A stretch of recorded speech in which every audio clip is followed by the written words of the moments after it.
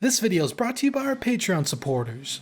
The Marine Corps Rifle Squad has become a classic fixture of the American military with its 3 fire team and 13 Marine layout. However, it wasn't always like this. This 2-part series is going to cover the Marine Corps Rifle Squad's development from before World War I to the end of World War II, examining how they evolved from simple units with no frills to the basic structure of the Marine sport to this day.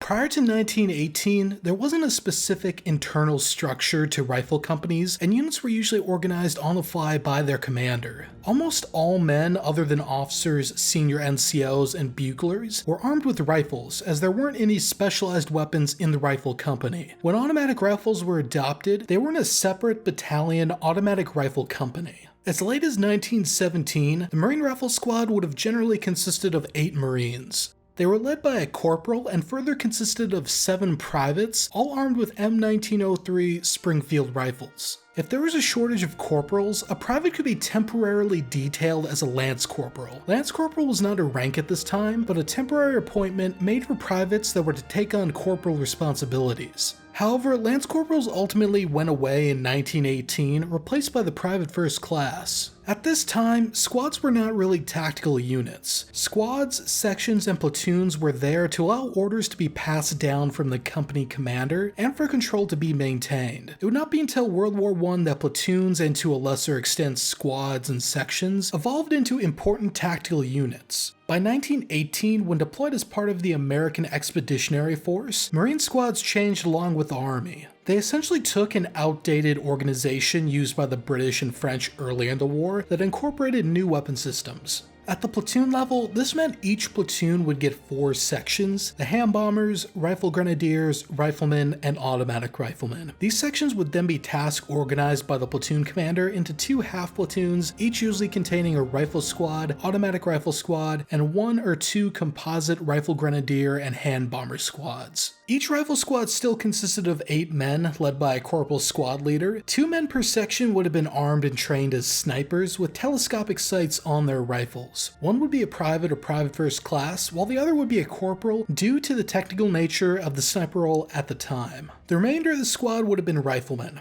If the squad followed the Army's practice in theater, 2 or 3 of them, depending on if the sniper was a corporal, would be privates first class. Meanwhile, the remaining 4 would be bare sleeve privates. A key difference between the Marines and the Army is the Marines made it a priority to retain the M1903 Springfield rifle for their AAF infantry units and shipboard detachments. The Marine Corps accomplished this by withdrawing Springfields from units stationed in the United States, giving them Enfields, and transferring Springfields to recruits destined for overseas duty.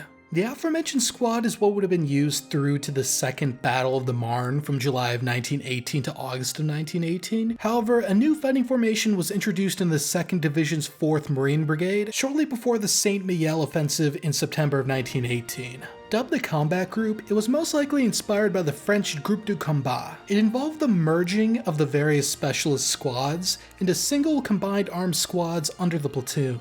The combat group likely still would have been led by a corporal armed with a rifle. Based on photos, it seems it would have had 1 automatic rifleman armed with the French show shot, assisted by 2 ammo men. One seems to have filled an assistant gunner role, aiding in reloading, and possibly armed with a pistol, same as the automatic rifleman. The second ammo man appears to be armed with a rifle. The group also had a rifle grenadier armed with a VB Cup rifle grenade discharger that would have been assisted by 1 ammo man.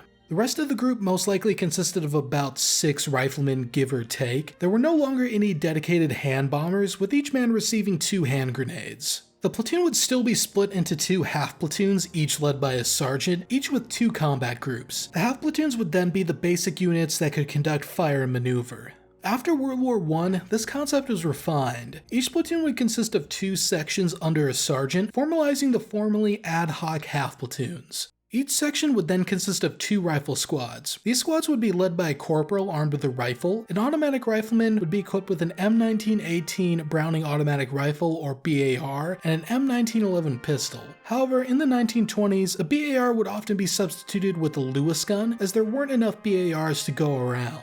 There would also be a grenadier armed with an M1903 rifle and VB rifle grenade discharger. The squad would then be rounded out by 5 riflemen. Although we haven't seen it written anywhere, we believe that it is likely that one of these riflemen would have been an assistant for the BAR man. This would remain broadly the same until 1934, with the creation of the new Fleet Marine Force, or FMF, and following combat experience during the Banana Wars, especially in Nicaragua. This conflict was very small unit oriented, unlike previous experiences where the company was usually the smallest tactical unit. Patrols and ambushes would often be carried out by squads or platoon sized units, with company maneuvers being a rarity. A new focus on small units began the organizational divergence of the Marine Corps from the Army, which it had usually copied until then.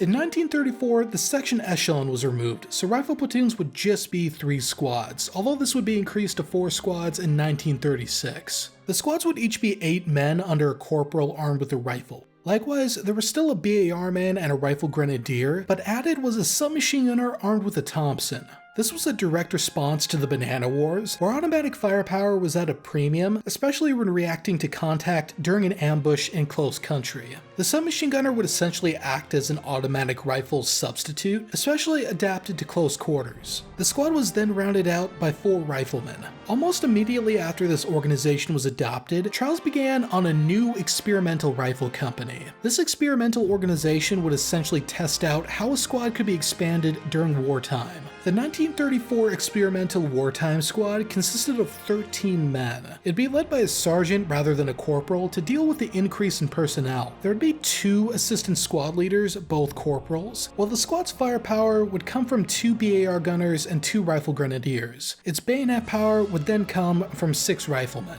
The squad could theoretically split into 2 equal elements, each under an assistant squad leader. However, this was not formalized, being left open to units on the ground. The organization never went into service, being somewhat impractical due to manpower shortages at the time, but became the basis for what the Marines would implement in early 1943 with their E-Series organization. But back to reality, in 1938 to 39, the squad changed again, somewhat influenced by the adoption of the M1 Garand in the Army. The Marines wouldn't actually field the M1 Garand in infantry units until 1943, but they knew it was coming. Regardless, 1939 Marine squads were different from the Army's. The Army initially believed that semi-automatic rifles could partially replace the BAR. The Marines, armed with experience gained during the Banana Wars, didn't buy into this. So unlike the Army, who temporarily removed BARs from their rifle squads, the Marines increased them from 1 to 2.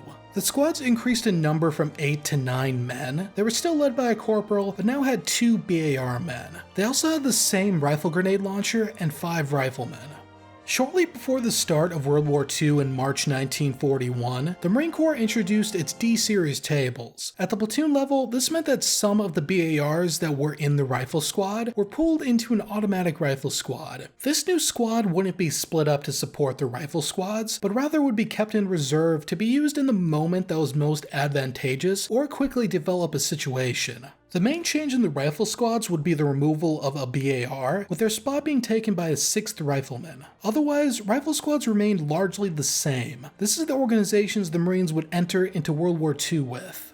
After their entry into World War II, in July of 1942, the order was given to replace the squad leader's rifle with a submachine gun. Machine gun and mortar squad leaders had already been equipped with submachine guns as early as March 1941, so the change may have been to confer whatever benefit they saw for those squad leaders onto the rifle squad. It could have been also to compensate for the squad's BAR count to be reduced back down to 1. These submachine guns would have mostly been M50 Risings, as they were what was most available to the Marines at the time, although some would have been M1928 or M1928A1 Thompson submachine guns. In any case, because they were given at the last minute, it seems only a minority of rifle squad leaders actually received them, and in most cases they'd be armed with rifles. This is what Marine infantry would have fought with on Guadalcanal. Following that crucible, the Marine Corps got the chance to reorganize their regular squads as envisioned during its 1930s experiments. These were the E-Series tables. It should be emphasized that these tables were not directly influenced by Guadalcanal. There were changes the Marine Corps wanted to make before the war, but were unable to do due to manpower restrictions.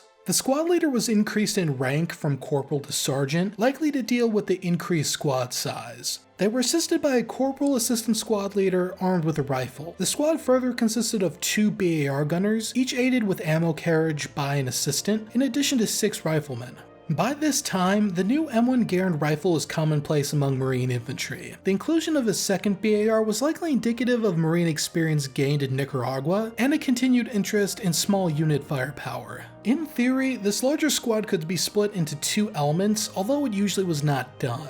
There's no doctrine for fire teams at this time, and the Marines ran into heavy problems with command and control. Through 1943, the Marine Corps was looking for ways to improve its E-Series tables, and many of the changes that would be made in 1944 were informed by developments made by its more specialized units 2 years earlier. While the regular Marine Corps was on the standard D-Series tables, Marine Raiders and Paramarines were developing their own organizations independently based on experiences gained during the Banana Wars and observations of Communist Chinese forces in the 1930s. As for the concept of units smaller than a squad, the Marines had experimented with fire groups in Nicaragua that included a group leader, BAR automatic rifleman or Thompson submachine gunner, and 2 to 4 riflemen. These groups would not be subunits of a squad, but direct subunits of the platoon, essentially compensating for the standard rifle squad's unwieldiness during the Banana Wars. More specific experience was gained by Evans Carlson, future commander of the 2nd Raider Battalion, while he was serving as an intelligence officer in China from 1937 to 1938. There, he observed that Communist Chinese forces were using squads consisting of 3 cells of 3 men each.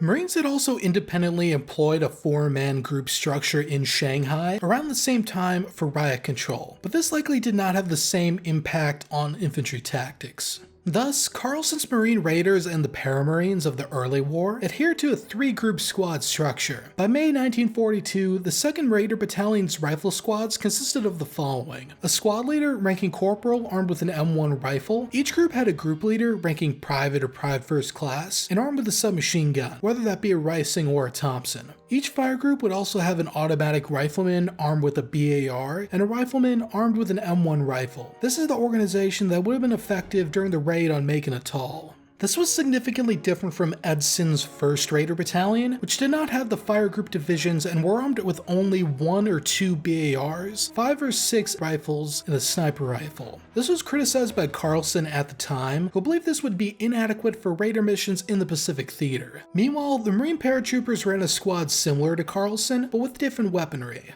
The squad would be led by a sergeant, possibly due to the elite nature of paratroopers and the need for independence. They were meant to be armed with an M55 Rising with a folding stock. Although the Paramarines did have a lot of these types of submachine guns, most likely they would have been substituted with other submachine gun models or rifles in many cases. The squad also had a corporal assistant squad leader and demolitions NCO, who would also act as a fire group leader. The squad had 3 fire groups. Each group would have a group leader, a light machine gunner armed with an M1941 Johnson light machine gun, and a submachine gunner. Later, the Griffith Board was tasked with finding a replacement for the E-Series squad. It was chaired by Lieutenant Colonel Samuel Griffith, who had been the executive officer of the 1st Raider Battalion and designed the 2nd Raider Battalion's squad. They ultimately decided that a squad made up of 3 groups was best for maintaining control and increasing firepower. However, a few changes were made. First, they would be called fire teams instead of fire groups because teams sounds better from a camaraderie point of view.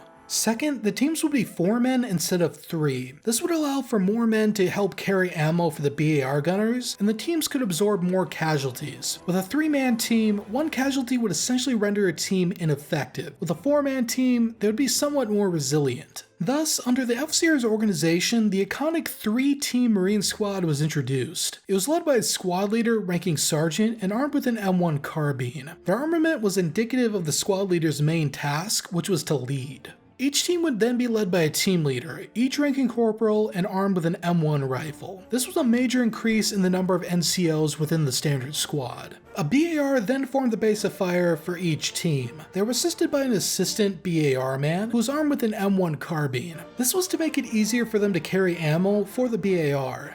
The teams were then rounded out by a rifleman who also acted as a scout and commanded an M7 rifle grenade launcher. The new squad organization was a pretty good improvement for command and control, as each NCO was only directly responsible for 3 subordinates. Relatively few changes would be made for over a decade, although in May 1945, the Assistant BAR men's M1 carbines were replaced with M1 rifles.